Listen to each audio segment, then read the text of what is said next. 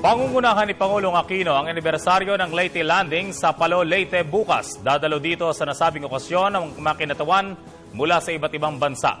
Narito ang report ni Rocky Ignacio.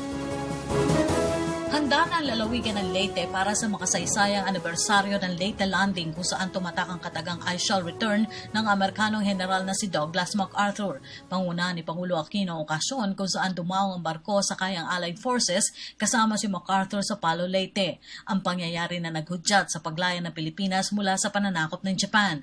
Ayon sa National Historical Commission of the Philippines, bubuksan ni Pangulo Aquino ang paggunita ng ika-70 anibersaryo ng Leyte Landing sa pamamagitan ng pagtataas ang bandila ng Pilipinas at pag-aalay ng bulaklak bilang pagkilala sa kagitingan ng mga sundalo mula sa iba pang mga bansa na tumulong sa Pilipinas katulad ng Amerika, United Kingdom at Australia. Lalahok din sa okasyon ang mga kinatawan mula sa Canada, New Zealand at Japan.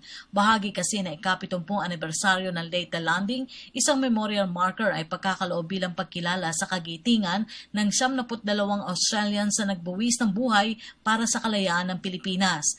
Pinangunahan ni Australian Ambassador to the Philippines Bill Tweddell at mga opisyal mula sa Department of National Defense, Office of Veterans Affairs, Armed Forces of the Philippines at Australian Defense Force ang unveiling na memorial marker sa MacArthur Landing Memorial Park sa Palo, Leyte. Mula taong 1941 hanggang 1945, 4,000 Australiano ang tumulong para sa pagpapalaya sa Pilipinas mula sa pananakop ng Japan kung saan 1,000 Australian servicemen ang nasawi. Para sa Telebisyon ng Bayan, Rocky Ignacio.